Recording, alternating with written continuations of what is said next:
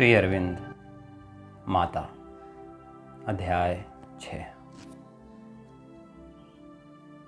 माता की 4 शक्तियाँ उनके 4 प्रधान व्यक्त रूप हैं, उनके दिव्य स्वरूप के अंश और विग्रह।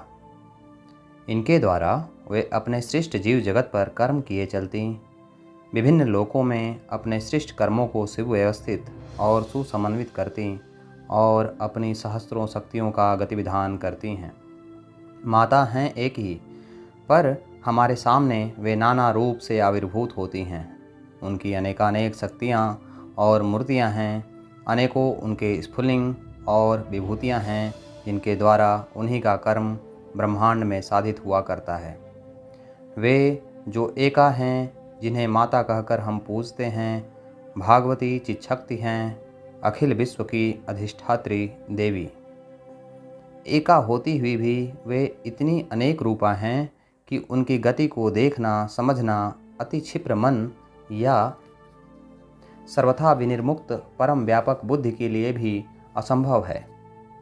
माता भगवती परम पुरुष भगवान की चिति और शक्ति हैं और अपनी यावतीय सृष्टि के बहुत ऊपर स्थित हैं, परंतु उनकी गति का कुछ आभास मिलता और अनुभव होता है उनके विग्रहों से तथा जिन देव मूर्तियों में आकर वे अपने सृष्ट जीवों के सामने प्रकट होना स्वीकार करती हैं उनसे, क्योंकि इनके गुण और कर्म अधिक निर्दिष्ट और मर्यादित होने के कारण अधिक बोधगम्य होते हैं। जो चिन्मयी शक्ति हमें और इस अखिल ब्रह्मांड को धारण करती हैं, उनके साथ एकत्व से संस्पर्श का जब तुम्हें अनुभव होगा, तब तुम स्वानुभव से यह जान सकोगे कि मातृसत्ता त्रिविध है। वे विश्वातीता आद्या पराशक्ति हैं। इस रूप में वे सब लोगों के ऊपर हैं और वहाँ से वे परम पुरुष भगवान के नित्य अव्यक्त रहस्य के साथ सृष्टि का संबंध जोड़े रहती हैं। फिर वे विश्वव्यापिनी समष्टि रूपिणी महाशक्ति हैं, जो इन सब जीव जगतों की सृष्टि करती और इन अनंत गतियों और शक्तियों को धारण करती, उनमें समाये रहती, उन्हें पुष्ट और परिचालित करती हैं। फिर हैं वे व्यष्टि रूपिणी। इस रूप में वे अपनी सत्ता के उन 2 बृहत्तर स्वरूपों को मूर्तिमान करती हैं। उनकी गतिविधि हमें प्रतीत कराती और उन्हें हमारे निकट कर देती हैं। ये ही हैं मनुष्य और भागवती प्रकृति के बीच मध्यस्था शक्ति। अद्वितीय आद्या पराशक्ति के रूप में माता अखिल लोक समूह के ऊर्ध्व में स्थित हैं और परम पुरुष भगवान को अपने सनातन चैतन्य में धारे हुई हैं। बस उन्हीं में अशेष विशेषातीत शक्ति और अनिर्वचनीय सत्ता समाई हुई है। जिन सत्यों को व्यक्त करना होता है, उनका समावेश या समाह्वान करके वे उन्हें परम रहस्य में उनकी अंतर्निहित अवस्था से अपने असीम चैतन्य के प्रकाश में उतार लाती हैं और उन्हें अपनी सर्वविजयनी शक्ति और अपार प्राण धारा से एक एक शक्ति और एक एक शरीर इस विश्व में प्रदान करती हैं। पुरुषोत्तम इनके अंदर सदा ही अखंडानंद सच्चिदानंद रूप से प्रकट हैं। इन्हीं के द्वारा वे अखिल लोक समूह में ईश्वर शक्ति के द्वैताद्वैत चैतन्य रूप में और पुरुष प्रकृति के द्वैत तत्व रूप में प्रकट हुए हैं। इन्होंने ही उन्हें समस्त लोकों और भुवनों देवताओं और उनकी शक्तियों के रूप में मूर्तिमान किया और इन्हीं के लिए वे ज्ञाताज्ञात लोकों में जहाँ जो कुछ है उस आकार वाले बने हैं। यह सारी लीला है इन्हीं की भगवान पुरुषोत्तम के साथ। सनातन के जो रहस्य हैं, अनंत के जो चमत्कार हैं, उन्हीं का यह सारा प्रकटीकरण है। यह सब ये ही हैं कारण सभी भागवती चिच्छक्ति के अंश और अछेद्य अंग हैं। यहाँ या कहीं भी कोई ऐसी बात नहीं हो सकती जो इनके द्वारा निर्दिष्ट और परम पुरुष भगवान के द्वारा अनुमत न हो। केवल वही वस्तु रूपान्वित हो सकती है जिसे परम पुरुष की प्रेरणा से चालित होकर इन्होंने अपनी दिव्य दृष्टि से देखा हो और अपनी सृष्टि के आनंद में बीज रूप में डालकर आकार प्रदान किया हो। परम पुरुष से इनकी विश्वातीत पराचेतना के द्वारा जो कुछ प्राप्त होता है, महाशक्ति विश्वजननी विश्वेश्वरी उसी की सृष्टि करती हैं और इस प्रकार जिन जिन लोकों की सृष्टि करती हैं, उनमें स्वयं भी अनुप्रविष्ट होती हैं। इनकी सत्ता इन लोगों में भागवत भाव और भागवत पोषण शक्ति और आनंद भर देती और उन्हीं से उन्हें बनाए रहती हैं। इन भागवत भाव, शक्ति और आनंद के बिना इन लोकों का अस्तित्व ही असंभव होता। जिसे हम लोग प्रकृति कहते हैं, वह इन महाशक्ति का बाह्यतम कर्मांग मात्र है। महाशक्ति स्वयं ही अपनी शक्तियों और कर्म पद्धतियों का संचालन और उनका सामंजस्य विधान करती हैं। प्रकृति के द्वारा जो कर्म होते हैं वे उन्हीं की प्रेरणा से होते हैं, और हम लोग जो कुछ देखते, सुनते, अनुभव करते हैं या जो कुछ जीवन धारा में लाया जा सकता है, उसमें गुप्त अथवा प्रकट रूप से वे ही विचरती हैं। प्रत्येक लोक महाशक्ति की अखिल लोक संस्थान लीला का एक एक अभिनय है, और महाशक्ति उन्हीं विश्वातीता परमा माता की ही विश्वभूता, आत्मसत्ता और विश्वरूपा विश्वेश्वरी हैं। प्रत्येक लोक वह वस्तु है जिसे उन्होंने अपनी दिव्य दृष्टि में देखा और अपने सौंदर्यमय और शक्तिमय हृदय में धारण किया और अपने आनंद में निर्मित किया है। परंतु उनके सृष्टि के अनेक स्तर हैं, भागवती शक्ति के अनेक पाद पीठ हैं। हम लोग जिस लोक के अंग हैं, उसके शिखर पर अनंत सत्ता, चेतना, शक्ति और आनंद के अनेक लोक हैं, और उन सबके ऊपर माता खड़ी हैं अनावृत शाश्वत शक्ति रूप में। वहाँ सब सत्ताएं एक अनिर्वचनीय पूर्णता और अव्यभिचारी एकता में वास और विहार करती हैं, क्योंकि वहाँ माता ही उन्हें अपनी गोद में सदा निरापद लिए रहती हैं।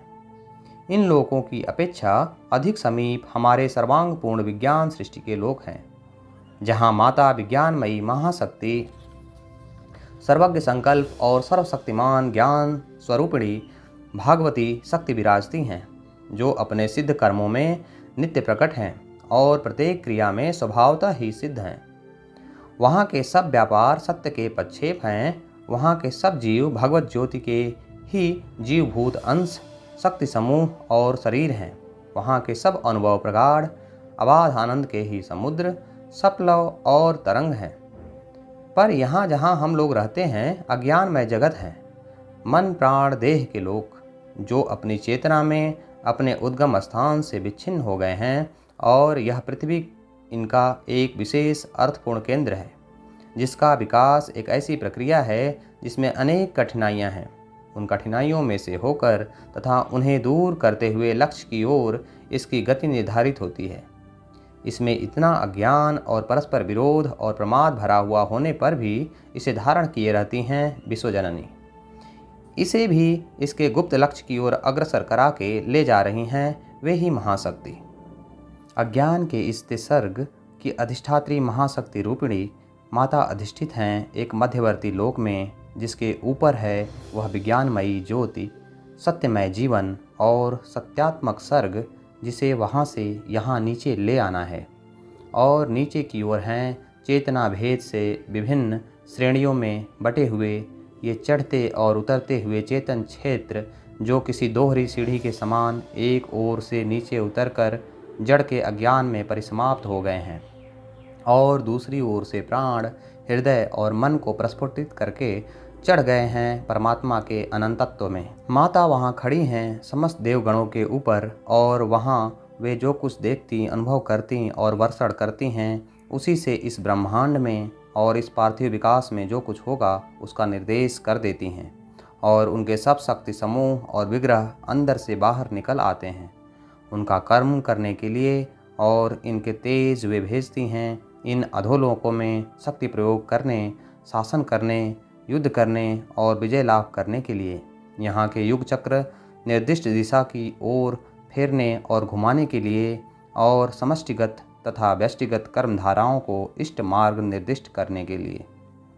ये तेज ही वे अनेकानेक दिव्य रूप और विग्रह हैं, जिनका अर्चन करके लोग इस रूप में विविध नामों से माता को सदा पूजते आए हैं। परंतु इन शक्ति समूहों और इनके तेजों के द्वारा वे अपनी विभूतियों के मन और शरीर वैसे ही गढ़ा करती हैं जैसे वे ईश्वर की विभूतियों को गढ़ती हैं, इसलिए कि वे अपनी इन विभूतियों के द्वारा इस स्थूल भौतिक जगत में मानवीय चेतना के छद्मवेश में अपनी शक्ति, गुण और सत्ता की कोई आभा प्रकट कर दें। इस पार्थिव लीला के सब दृश्य किसी नाटक के समान उन्हीं के द्वारा रचित, सज्जित और अभिनीत हैं। विश्वदेव इसमें उनके सहकारी हैं, और वे स्वयं पर्दे के अंदर छिपी हुई अभिनेत्री हैं। माता केवल ऊपर से ही विश्व का शासन नहीं करती, बल्कि इस त्रिधाभिन्न निम्नतर जगत में भी उतर आती हैं। उनकी निर्विशेष सत्ता के नाते यहाँ की सब चीज़ें, अज्ञान की वृत्तियाँ तक भी स्वयं वे ही हैं और उन्हीं के द्वारा सृष्ट हैं। यहाँ उनकी शक्ति अवश्य ही अवगुंठित है और सृष्ट पदार्थ अपने अपकृष्ट रूप में हैं। ये सब उन्हीं की प्रकृति मूर्ति और प्रकृति शक्ति हैं और इनके इस रूप में होने का कारण यह है कि अनंत की संभावनाओं में निहित किसी बात को कार्यान्वित करने के लिए परम पुरुष की दुर्जेय अनुज्ञा से प्रवृत्त होकर वे यह महान आत्मबलिदान करने को सम्मत हुई हैं और उसीलिए उन्होंने ये अज्ञान के अंतःकरण और रूप अपने ऊपर ओढ़ लिए हैं। परंतु विशेष सत्ता के नाते भी वे करुणावश नीचे उतर आए हैं, इस अंधकार में इसलिए कि इसे प्रकाश की ओर ले जाएं, इस मिथ्यात्व और प्रमाद में इसलिए कि इसे सत्य में परिवर्तित कर दें, इस मृत्यु में इसलिए कि इसे अमर जीवन में परिणत कर दें, इस संसार क्लेश और इसके दुरपनेय दुख और यंत्रणा में इसलिए कि इसे अपने गंभीर आनंद के रूपांतरकारी परमोल्लास में पर्यवसित कर दें। प्रगाढ़ प्रभूत अपत्य स्नेह वसी उन्होंने तम का यह आवरण ओढ़ लेना स्वीकार किया है। अज्ञान और अनृत की शक्तियों के आक्रमण और उनके प्रभावों का अनेक विध पीड़न सह लेना दयावश मंजूर किया है। जन्म जो मृत्यु का ही दूसरा नाम है, उसके तोरण में से होकर निकलना सह लिया है। सृष्टि के सब क्लेश, शोक और दुख भोग अपने ऊपर उठा लिए हैं, क्योंकि ऐसा देख पड़ा कि इसी एकमात्र उपाय से यह सृष्टि प्रकाश, आनंद, सत्य और सनातन जीवन की ओर उन्नीत की जा सकेगी। यही वह महान आत्मबलिदान है जिसे विशेष विशेष प्रसंग में पुरुषज्ञ कहा गया है, पर जो गंभीरतर अर्थ में प्रकृति का आत्मस्वाहाकार है, भगवती माता का निःशेष आत्मयज्ञ। माता विश्व ब्रह्मांड का जो परिचालन और जगन्नाट्य संबंधी जो कार्य करती हैं, उसमें उनके 4 महारूप विशेष रूप से सामने प्रकट हैं। ये उनकी प्रमुख शक्तियों और विग्रहों में से 4 हैं। प्रथमा है उनकी विग्रहभूता प्रशांत विशालता, सर्वव्यापिनी ज्ञानवता, अचंचल मंगलमयता, अशेष निःशेष करुणा, अतुल अद्वितीय महिमा और विश्वराट गौरव गरिमा। द्वितीया हैं मूर्तिमान उनका भास्वर वीर्य और अदम्य आवेग, उनका रणोद्यत उन्माद भाव और सर्वजय संकल्प, उनका अति क्षिप्र प्रचंड वेग और प्रखर प्रलयंकर प्रताप। तृतीया हैं कांतिमयी, माधुर्यमयी और आश्चर्यमयी, सौंदर्य, सामंजस्य और छंद लालित्य का सारा निगूढ़ रहस्य उन्हीं में है। अति विचित्र और अति सूक्ष्म उनकी बहुविधि संपदा है। दुर्निवार उनका आकर्षण और परम मनोहारिणी उनकी छवि है। चतुर्थी है उनकी आंतर्ज्ञानवत्ता और सावधान निर्दोष कर्मकुशलता और समस्त विषयों में उनकी प्रशांत और यथावत संसिद्धि की सहज अथाह क्षमता से विभूषिता मातृमूर्ति। ज्ञान, बल, सामंजस्य और संसिद्धि माता के पृथक पृथक विशिष्ट लक्षण हैं और इन्हीं शक्तियों को वे अपने साथ इस जगत में ले आती हैं। अपनी विभूतियों में मानवीय आवरण को आश्रय कर उन्हें प्रकट करती हैं और जो लोग माता के साक्षात जीते जागते प्रभाव की ओर अपनी पार्थिव प्रकृति को उद्घाटित कर रख सकेंगे, उनमें वे अपनी ऊर्ध्व दिव्य स्थिति के धर्म के अनुसार अपनी इन शक्तियों को प्रतिष्ठित करेंगी। माता के इन महारूप चतुष्टय को हम इन 4 महानामों से पुकारते हैं: महेश्वरी, महाकाली, महालक्ष्मी, महासरस्वती। राजराजेश्वरी, माहेश्वरी, मानसी, तर्क बुद्धि और इच्छा शक्ति के ऊपर बृहत में आसीन हैं और वे इन 2 वृत्तियों को विशुद्ध और उन्नत करके ज्ञान स्वरूप और बृहत बनाती हैं अथवा पराजोत से प्लावित कर देती हैं। कारण वे ही हैं, वे शक्तिमयी ज्ञानमयी जो हमें विज्ञान की अनंत सत्ताओं की ओर, विश्वव्यापक बृहत की ओर, परमाज्योत की माहेश्वरी महिमा की ओर, अलौकिक ज्ञान के भंडार की ओर और माता की चिरंतन शक्तियों की अपरिमेय गति की ओर उन्मुक्त कर देती हैं। शांतिमयी हैं, आश्चर्यमयी हैं, सदा अपनी महिमा में स्थित, स्थिर, गंभीर।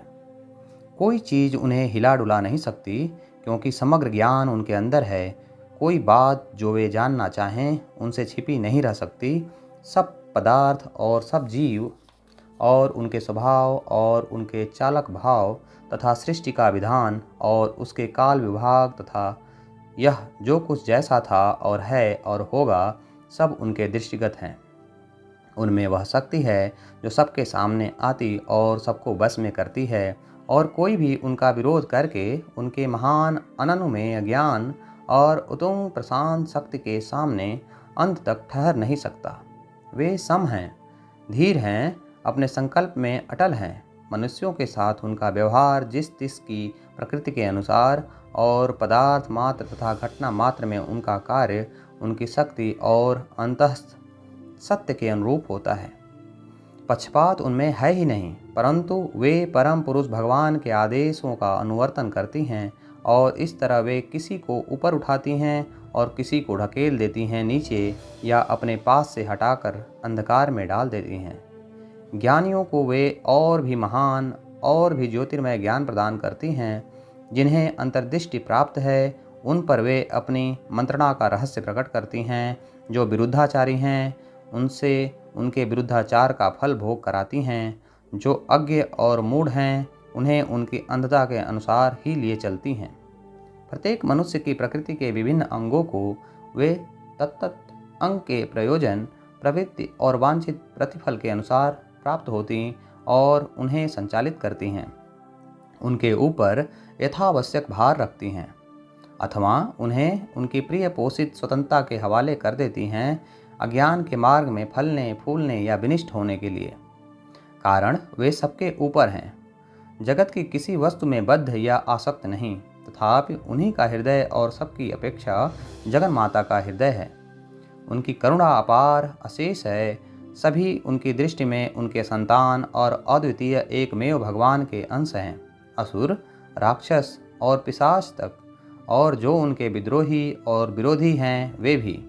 वे यदि किसी का त्याग करती हैं तो उनका वह त्याग करना कुछ काल पश्चात अनुग्रह करने के निश्चय का ही एक प्रकार है, और यदि वे किसी को दंड देती हैं तो उनका वह दंड विधान भी उनका प्रसाद ही है।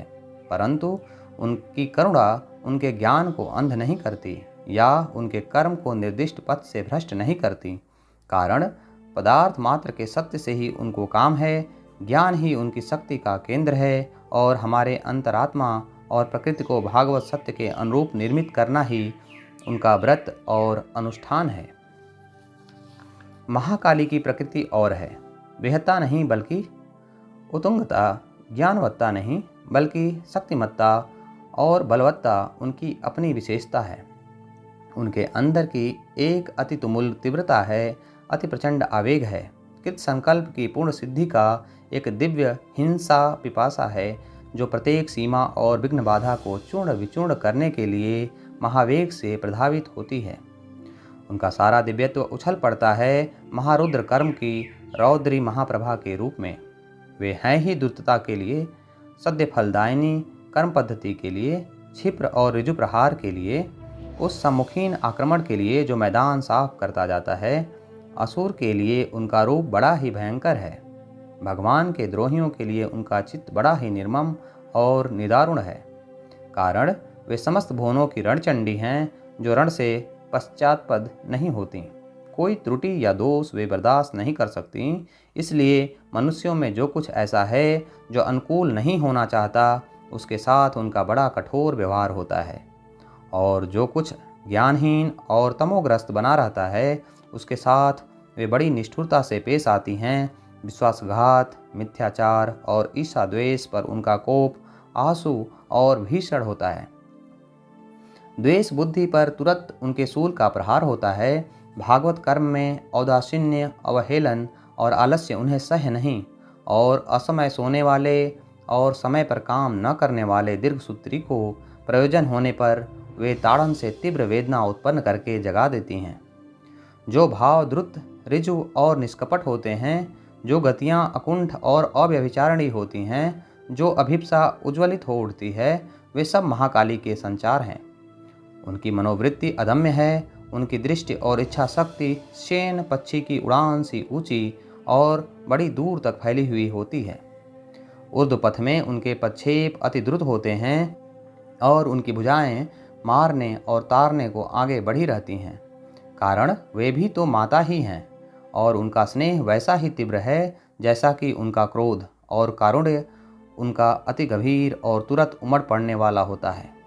जब उन्हें स्वसामर्थ्य के साथ कहीं भी दखल देने का अवसर मिलता है, तब एक क्षण में संहति विहीन पदार्थों के समान नष्ट हो जाती हैं वे सब बाधाएं जो साधक को आगे बढ़ने से लाचार किए रहती हैं, और वे सब दस्यु भी मृत प्राय हो जाते हैं जो साधक पर आक्रमण किया करते हैं। उनका कोप विरोधियों को कपाने वाला और उनके आवेश का भीषण भार दुर्बल और कातर को पीड़ा पहुंचाने वाला होता है।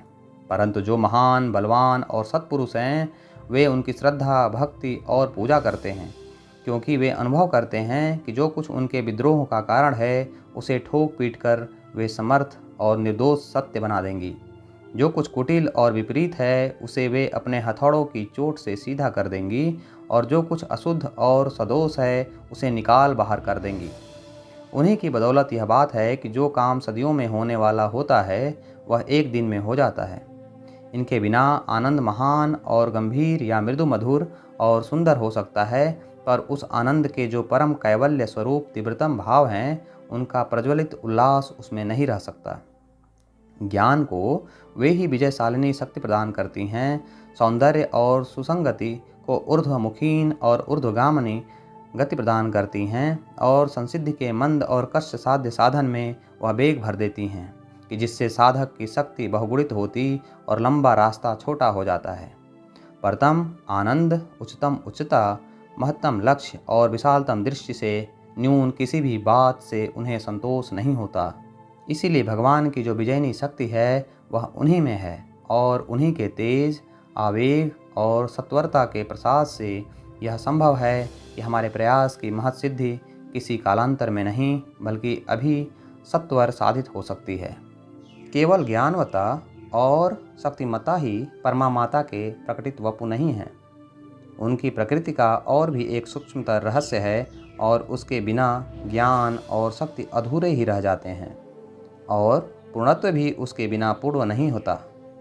ज्ञान और शक्ति के ऊपर है शाश्वत सौंदर्य का परमाश्चर्य, भागवत समन्वय निश्चय का एक ऐसा अगम्य रहस्य, अनिवार्य विश्वव्यापक रमणीयत्व और आकर्षण का एक ऐसा वशीकरण जो सब वस्तुओं, शक्तियों और सत्ताओं को एक जगह खींच लाता और पकड़ रखता है, और उन्हें बलात् एक दूसरे से मिलाता और संयुक्त करता है, जिसमें अंतर्हित आनंद विशेष अंतराल से ही अपना खेल खेले और उन्हें अपने छंद और रूप बनावे। यह महालक्ष्मी की शक्ति है, और भागवती शक्ति का कोई रूप देहधारियों के हृदय के लिए इनसे अधिक आकर्षक नहीं है। माहेश्वरी इतनी स्थिर, गंभीर, महियसी और दूरवर्ती प्रतीत हो सकती हैं कि पार्थिव प्रकृति की क्षुद्रता उन तक पहुँचने और उन्हें धारण करने में समर्थ न हो सके। महाकाली भी इतनी द्रुतगामिनी और अट्टाल वासिनी भाषित हो सकती हैं कि यह दुर्बल पार्थिव प्रकृति उनका भीषण भार सह न सके, पर महालक्ष्मी की ओर सभी बड़े हर्ष और उल्लास के साथ दौड़ पड़ते हैं। कारण वे भगवान की उन्मादन माधुर्य का जादू डालती हैं। उनके समीप होना गहरे आनंद में डूबना है, और उन्हें अपने हृदय के अंदर अनुभव करना जीवन को आह्लादमय और कौतुकमय बना देना है। श्री, शोभा और रमणीय मृदुता उनसे वैसे ही प्रभावित होती हैं जैसे सूर्य से प्रकाश, और जहाँ कहीं वे अपनी अनुपम दृष्टि गड़ाती हैं या अपना स्मित माधुर्य टपकाती हैं, वहीं मनुष्य वशीभूत होकर उनका दास बन जाता और अतल आनंद के तल में जा डूबता है।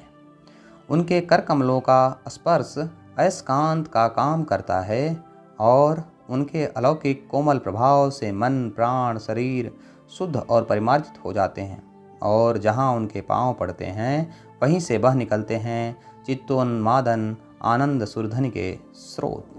तथापि इन मोहिनी शक्ति को प्रसन्न करना या उनकी सत्ता अपने अंदर बनाए रहना सहज नहीं है।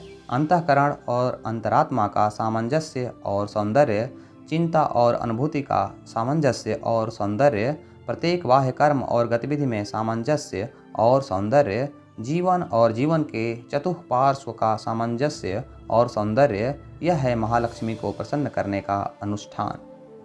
निगूढ़ जगदानंद के छंदों के साथ जहाँ जीवन मिल जाता है, जहाँ सौंदर्यमय समग्र की पुकार पर चित्त दौड़ पड़ता है, जहाँ स्वरों का मेल है, ऐक्य है और अनेकानेक जीवनों का सानंद प्रवाह भगवान की ओर मुड़ा हुआ है, वहाँ वैसी ही स्थिति में रहना वे मंजूर करती हैं। पर जो कुछ कुत्सित, गर्हित, घृणित है, जो कुछ निस्तेज, मलिन और अशुचि है, जो निर्दय और दुर्मुख है, वह उनके आगमन का प्रतिरोधी है। जहाँ प्रेम नहीं, सौंदर्य नहीं और इनके होने की गुंजाइश भी नहीं, वहाँ वे नहीं आया करती। जहाँ प्रेम और सौंदर्य घृणित पदार्थों से मिलकर कुरूप बन जाते हैं, वहाँ से वे तुरंत अपना मुँह फेर लेती और विदा होती हैं, अथवा वहाँ वे अपना वैभव दान करने को उत्सुक नहीं होती। यदि वे अपने आप को ऐसे मनुष्यों के हृदय में अवस्थित देखती हैं जो स्वार्थपरता, ईर्ष्या, द्वेष, असूया और कलह से घिरे हुए हैं, यदि विश्वासघातकता, लोभांधता और कृतज्ञता मिली हुई है, देवोदृष्ट अर्घ्य पात्र में यदि तृष्णा की ग्राम्यता और अपवित्र काम भक्ति को अपमानित कर रहे हैं, तो ऐसे हृदयों में दयामयी, सौंदर्यमयी भगवती ठहर नहीं सकती। एक दैवी घृणा से उनका चित्त उचाट हो जाता और वे वहाँ से चल देती हैं, क्योंकि वे ऐसी नहीं हैं जो अपने ठहरने के लिए आग्रह करें या झगड़ती बैठी रहें, अथवा वे यह कर सकती हैं कि वहीं अंतर्धान होकर यह प्रतीक्षा करें कि इस पात्र में से यह कटु विषाक्त पैशाचिक दुर्भाव परित्यक्त होकर नष्ट हो जाए और तब इसमें अपना सुखद प्रभाव फिर से नवस्थापित किया जाए। सन्यासियों की सी रिक्तता और रुक्षता उन्हें पसंद नहीं, न हृदय के गंभीरतर उमंगों का दमन और न अंतरात्मा के और जीवन के सौंदर्य साधक अंशों का कठोर उच्छेदन ही उन्हें सुहाता है। कारण प्रेम और सौंदर्य के द्वारा ही वे मनुष्यों को भगवत पास में बांधती हैं। उनके परम सृष्टिकर्म में जीवन स्वर्गीय कला का एक सर्वांग सुंदर कारुशिल्प बनता और सारा जगत एक दिव्य आनंद का काव्य बन जाता है। जगत की सारी संपदा एक जगह लाई जाती और एक महत्तम व्यवस्था क्रम में एकत्र प्रयुक्त होती है, और उनकी अंतर्ज्ञान दृष्टि की साक्षात एकत्वदर्शिता तथा उनके प्राण स्पर्श से अति सामान्य साधारण वस्तु भी अलौकिक बन जाती है। हृदय में उन्हें बैठाने से वे ज्ञान को समुन्नत आश्चर्य शिखर पर पहुंचा देती हैं और समस्त ज्ञान के परे जो परमानंद है, उसके गुप्त रहस्य खोल खोल कर दिखाती हैं। भक्ति को भगवान की वेगवती आकर्षण शक्ति से लाकर मिला देती हैं। बलवत्ता और शक्तिमत्ता को वह छंद सिखा देती हैं, जिससे उनके कर्मों की सामर्थ्य सुसंगत और सुपरिमित बनी रहे, और संसिद्धि पर वह मोहिनी डाल देती हैं कि जिससे वह चिरस्थायिनी हो जाती हैं। महासरस्वती माता की कर्म शक्ति और सिद्धि और सुव्यवस्था में उनकी प्राण शक्ति है। शक्ति चतुष्टय में ये सबसे कनिष्ठा और कर्म संपादन में सबसे निपुण तथा स्थूल प्रकृति के लिए सबसे समीप हैं। माहेश्वरी विश्व शक्तियों की बृहती धाराएं मात्र आंकती हैं। महाकाली उनकी गति और गति के वेग को आगे बढ़ाती हैं। महालक्ष्मी उनके छंद और मान उद्घाटित करती हैं, परंतु महासरस्वती उनके संपूर्ण संविधान और प्रयोग की एक एक बात, एक एक अंग के परस्पर संबंध प्रस्थापन और सब शक्तियों के सार्थक संयोजन तथा निश्चितार्थ की संप्राप्ति और संपूर्ण के विषय में अव्यर्थ यथा योग्य अनुष्ठान का पर्यवेक्षण करती हैं। सब विद्या, कला और कौशल महासरस्वती के साम्राज्यांतर्गत हैं। सिद्धकर्मी का अंतरंग और यथावत ज्ञान, सूक्ष्म बोध और धैर्य, अंतर्ज्ञानी मन और सचेत हाथ और यथावत गुणदोष दर्शी दृष्टि की प्रमाद रहित सुनिश्चितता, सिद्धकर्मी के ये सब लक्षण महासरस्वती की प्रकृति में सदा ही अवस्थित रहते हैं, और जिन पर वे अनुग्रह करती हैं उन्हें वे यह सारी संपदा प्रदान कर सकती हैं। ये शक्ति ही समस्त लोकों की समर्थ, अक्लांत, सावधान, सुनिपुण, निर्माणकर्त्री, व्यवस्थापिका, शासिका, प्रयोग ज्ञानवती, कलावती और लोक विभाग कर्त्री हैं। जब वे प्रकृति के रूपांतर और नव निर्माण का कार्य अपने हाथ में ले लेती हैं, तब उनका कार्य बड़ा ही श्रम साध्य और बड़ी बारीकी के साथ होता है। हमारे अधीर चित्त को प्रायः बड़ा धीमा और जाने कब समाप्त होने वाला सा प्रतीत होता है, पर वह कार्य होता है अविराम, सर्वांगीण और त्रुटि रहित। कारण कर्म मात्र में उनका संकल्प सुदच्छ, अतंद्रित और अश्रांत होता है। वे हमारे ऊपर झुकी हुई, हमें घेरे हुई रहती और जरा जरा सी एक एक बात देखती और उसे स्पर्श करती हैं। बारीक से बारीक दोष, छिद्र, गांठ या न्यूनता को ढूंढ निकालती हैं और जो कुछ अब तक किया जा चुका है और जो कुछ आगे करना बाकी है उसे ठीक ठीक समझती, बूझती और नापती जोखती हैं। कोई भी चीज़ इतनी छोटी या तुच्छ नहीं है जो उनकी दृष्टि के सामने आने योग्य न हो। ऐसी भी कोई चीज़ नहीं है, चाहे वह कितनी ही झीनी, छद्मयुक्त या गुप्त हो, जो उनकी दृष्टि से बच सके।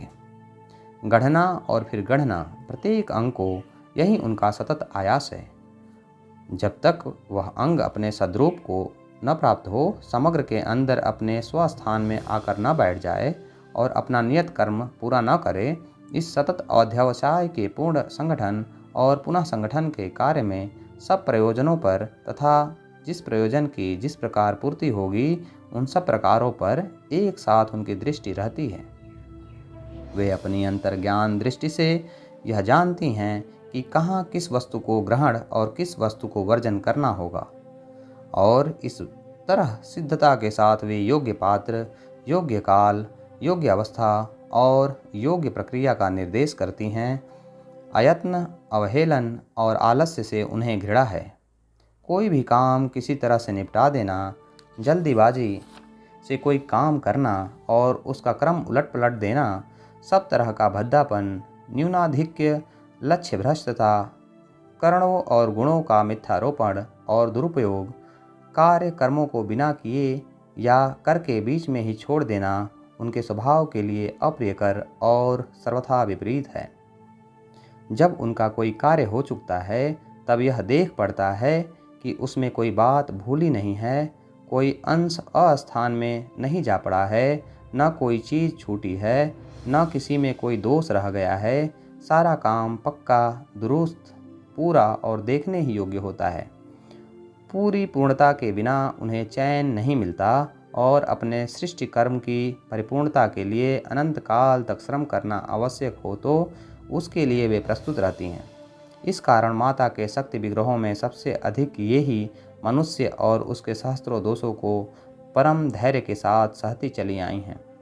सदया हैं, सुस्मिता हैं, हमारे अति समीप हैं और सदा सहाय हैं, सहसा विमुख या हताश होने वाली नहीं, मनुष्य के बार बार चूकने पर भी उसका बराबर साथ देती हैं। पद पद पर उनका हाथ हमें संभाले रहता है। यदि हमारा संकल्प अव्यभिचारी हो और हम निष्कपट और सच्चे हों, कारण द्विधा मन वे नहीं बर्दाश्त कर सकती और कलई खोल देने वाला उनका विद्रूप झूठे स्वांग, छल बल कौशल, आत्म प्रवंचना और पाखंड के लिए बड़ा ही निर्मम होता है। हमारे लिए जो जो कुछ आवश्यक है उसे जुटा देने वाली वे माता हैं। संकट काल में सहायता करने वाली सुहृद हैं, धीर गंभीर मंत्री और मंत्रदात्री हैं। अपने भास्वर मंद हास्य से विषाद, अवसाद और खिन्नता के बादल वे छिन्न भिन्न कर देती हैं। नित्य प्राप्त सहायता की सदा याद दिलाती हैं, अंगुली निर्देश करती रहती हैं, सदा उस स्थान की ओर जहाँ सूर्य प्रकाश नित्य वर्तमान है, और इस तरह दृढ़ता, अचंचलता और अध्यवसाय के साथ लगी रहती हैं उसी गंभीर निरवच्छिन्न प्रेरणा में जो हमें परा प्रकृति की पूर्णता की ओर आगे बढ़ाए चलती है। अन्य सब शक्तियों के कार्य की संपूर्णता इन्हीं पर अवलंबित है, क्योंकि ये ही भौतिक आधार सुदृढ़ करती हैं, अंग प्रत्यंग को कर्म कौशल से निर्मित करती और पूरा ढांचा खड़ा करके उसे अभेद्य कवच में कस देती हैं। माँ भगवती के और भी कई महान विग्रह हैं, पर उनका अवतरण कराना अधिक कठिन रहा और भूपुरुष के क्रम विकास में वे उतनी स्पष्टता के साथ सामने आए भी नहीं हैं। उनमें अवश्य ही कुछ विग्रह ऐसे हैं जो विज्ञान सिद्धि के लिए अगत्या आवश्यक हैं। सर्वापेक्षया अधिक आवश्यक वह है जो माता के परम भागवत प्रेम से प्रवाहित होने वाले रहस्यमय परम उल्लासमय आनंद का विग्रह है। यह वह आनंद है जो विज्ञान चैतन्य के उच्चतम शिखर और जड़ प्रकृति के अधस्तम गह्वर के बीच का महांतर मिटाकर दोनों को मिला सकता है। अनुपम परम दिव्य जीवन की कुंजी इसी आनंद के पल्ले है और अब भी यही आनंद अपने गुप्त धाम से विश्व की अन्य सभी महाशक्तियों के कार्य का सहारा बना हुआ है।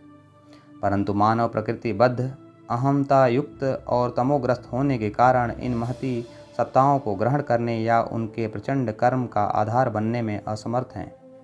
जब ये चार महाशक्तियाँ रूपांतरित मन प्राण शरीर में अपनी सुसंगति और मुक्ति गति प्रस्थापित कर लेंगी, तभी वे अति दुर्लभ इतर शक्तियाँ पार्थिव गतिधारा में प्रकट हो सकती हैं और विज्ञान कर्म संभव हो सकता है।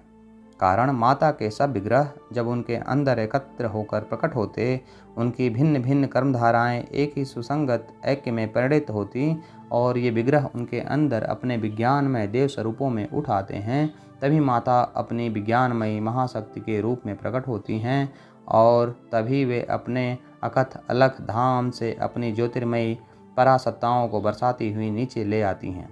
तभी मानव प्रकृति बदलकर सशक्तिक देव प्रकृति बन सकती है, क्योंकि विज्ञानमय सत्य स्वरूप चैतन्य और सत्य स्वरूपा शक्ति के सभी मूल तार एकत्र हो जाते हैं और जीवन की बीड़ा सनातन के संगीत के साथ स्वर में स्वर मिलाकर बजने के योग्य हो जाती हैं। यदि तुम यह रूपांतर चाहते हो तो अपने आप को बिना किसी दोष दृष्टि या विरोध बाधा के माता और उनकी महाशक्तियों के हाथों में सौंप दो और अपने अंदर उन्हें अपना काम बेरोक करने दो। 3 चीज़ें तुम्हारे साथ होनी चाहिए: चेतना, नमनशीलता और निःशेष आत्मसमर्पण। तुम्हें अपने मन बुद्धि और अंतरात्मा में, हृदय और प्राण में, शरीर के एक एक रंध्र तक में सचेत होना होगा। माता और उनकी महाशक्तियों तथा उनके कार्यों की शुद्धि रखनी होगी, क्योंकि तुम्हारी अबोधता में और तुम्हारे अचेत अंगों और अवस्थाओं में भी यद्यपि वे तुम्हारे अंदर कर्म कर सकती और करती हैं, तथापि यह बात कुछ है और जब तुम उनके साथ जीता जागता संबंध बनाए हुए रहते हो, तब वह बात कुछ और। तुम्हारी सारी प्रकृति माँ का स्पर्श पाने के लिए सुनम्य होनी चाहिए। अहम मन्य अज्ञ मन की तरह संशयापन्न नहीं, जो बात बात में शंका, अविश्वास और कुतर्क किया करता और अपने प्रबोध और परिवर्तन का आप ही शत्रु होता है। अपनी ही चाल से चलने वाले प्राण की तरह हठी नहीं, जो प्रत्येक भागवत प्रभाव के विरुद्ध अपनी प्रतिकूल कामना और दुर्वासना को प्रतिनियत किया करता है।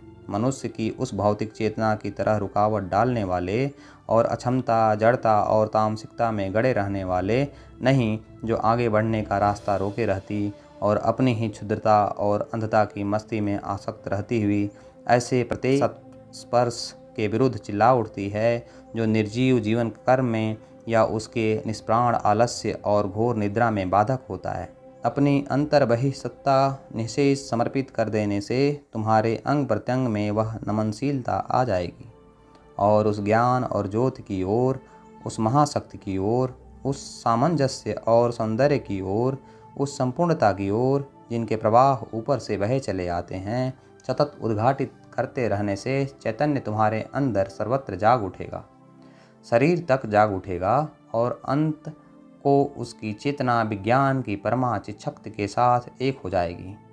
उससे अलग कोई नीचे की चीज़ न रहेगी। शरीर माता की शक्तियों को अपने ऊपर से और नीचे से और अगल बगल चारों ओर से अपने अंदर प्रवाहित और ओतप्रोत परिप्लुत अनुभव करेगा और परम प्रेम और परमानंद से पुलकित होता रहेगा। परंतु सावधान, अपने इस क्षुद्र पार्थिव मन से माता को समझने और परखने की चेष्टा मत करो। मन का यह स्वभाव है कि यह अपने नाप और मान से, अपने संकीर्ण तर्क वितर्क और प्रमादी धारणा से, अपने अथाह दर भरे अज्ञान और अपने तुच्छ ज्ञान की सर्वोपरि मान्यता से समझना और परखना चाहता है उन चीज़ों को जो सर्वथा उसकी कक्षा से बाहर है। धुंधला सा प्रकाश पाने वाली अंधता के बंदी गृह में आबद्ध मन भागवती शक्ति के पद विक्षेपों की अबाध गति को बहुधा नहीं समझ बूझ सकता। मन की लुढ़कती पुढ़कती समझ माता की दृष्टि और कर्म की द्रुत गति और विविधता का अनुसरण नहीं कर सकती। उनकी गति का मान मानवीय मन का पैमाना नहीं है, माता के बहुविध विभिन्न रूपों के द्रुत परिवर्तन, उनके छंद निर्माण और छंद भंग, उनकी क्षिप्रता के द्रुत वेग और उनके गतिरोध, किसी की समस्या का विचार किसी प्रकार से तो किसी दूसरे की समस्या का विचार किसी दूसरे प्रकार से, ऐसे उनके नानाविध मीमांसा प्रकार, उनका कभी एक धागे को उठाना और फिर तुरंत रख देना और दूसरे धागे को उठाना रखना और इस तरह सब धागों को एक सूत्र में ग्रथित करना, इन सब बातों को ठीक तरह से न समझने के कारण घबराया हुआ मन नहीं देख सकता कि कैसे परमा शक्ति अज्ञान की इस गहनता को भेद कर चक्कर काटती हुई बड़ी तेजी के साथ ऊपर परमा ज्योत की ओर चल रही हैं। इसलिए यही अच्छा है कि तुम अपनी अंतरात्मा उनकी ओर खोल दो और यही यथेष्ट है कि अपनी चैत्य प्रकृति के द्वारा उन्हें अनुभव करो और चैत्य दृष्टि से उन्हें देखो। ये ही सत्य के सम्मुख होते और उसके इशारे पर चलते हैं। तब माता स्वयं ही तुम्हारे मन, हृदय, प्राण और शरीर चेतना को उनके चैत्य तत्वों के द्वारा प्रबुद्ध कर देंगी और अपनी रीति, नीति और प्रकृति भी दिखा देंगी। अज्ञ मन का फिर यह आग्रह होता है कि भागवती शक्ति को सब काम, सर्वज्ञता और सर्वशक्तिमत्ता के संबंध में जैसी हमारी थोथी मोटी समझ है उसके अनुसार ही सदा करना चाहिए। ऐसी भूल से भी तुम बचे रहो, कारण हमारा मन व्याकुल रहता है प्रत्येक अवसर पर अद्भुत करामात, अनायास सिद्धि और चकाचौंध करने वाला जगमग प्रकाश ही देखने के लिए, अन्यथा उसे यह विश्वास ही नहीं होता कि यहाँ भगवान विराजते हैं। माता अज्ञान के साथ बरत रही हैं, अज्ञान के ही क्षेत्र में जहाँ वे उतर आई हैं, सर्वथा ऊपर ही नहीं हैं। अपने ज्ञान और शक्ति को वे अंशतः छिपाए रहती और अंशतः प्रकट करती हैं। अनेक बार अपने यंत्रों और विभूतियों पर उन्हें प्रकट नहीं होने देती और जिज्ञासु मन, अभिप्सु अंतरात्मा, युत्सु प्राण तथा पाशबद्ध दुखी पार्थिव प्रकृति के रास्ते से ही चलती हैं, जिसमें वे इन सबको रूपांतरित कर सकें। कुछ ऐसे विधान हैं जो एक परमा इच्छा शक्ति के द्वारा ही निर्दिष्ट हैं, जिनका पालन करना होगा। बहुत सी ऐसी जटिल ग्रंथियां हैं जिन्हें खोलना होगा, वे अकस्मात काट नहीं डाली जा सकती। इस क्रम विकासशील पार्थिव प्रकृति पर असुर और राक्षस अधिकार जमाए हुए हैं। उन्हीं के दीर्घकाल से अधिकृत गढ़ और प्रदेश में उन्हीं की शर्तों पर उनका सामना करके उन्हें जीतना होगा।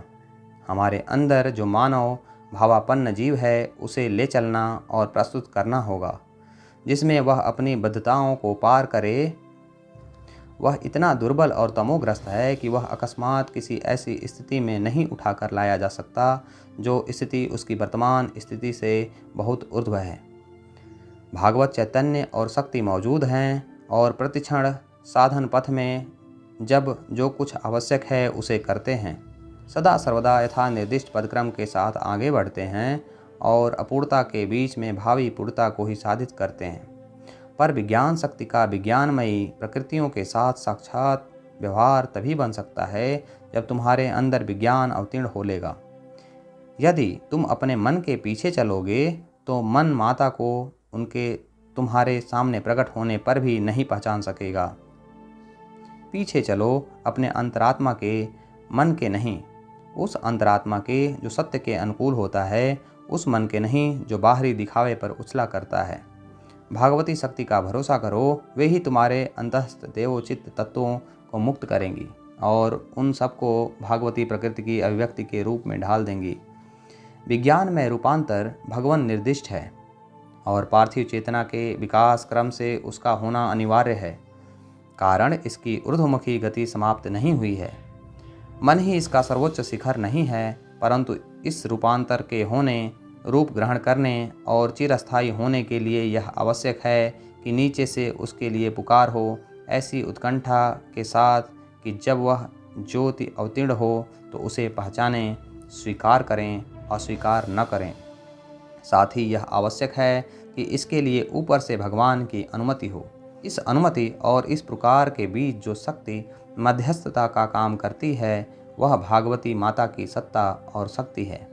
केवल माता की ही शक्ति, कोई मानवीय प्रयास और तपस्या नहीं, आच्छादन को छिन्न और आवरण को विदीर्ण कर पात्र को स्वरूप में गढ़ सकती हैं और इस अंधकार और असत्य और मृत्यु और क्लेश के जगत में ला सकती हैं। सत्य और प्रकाश और दिव्य जीवन और अमृतत्व का आनंद।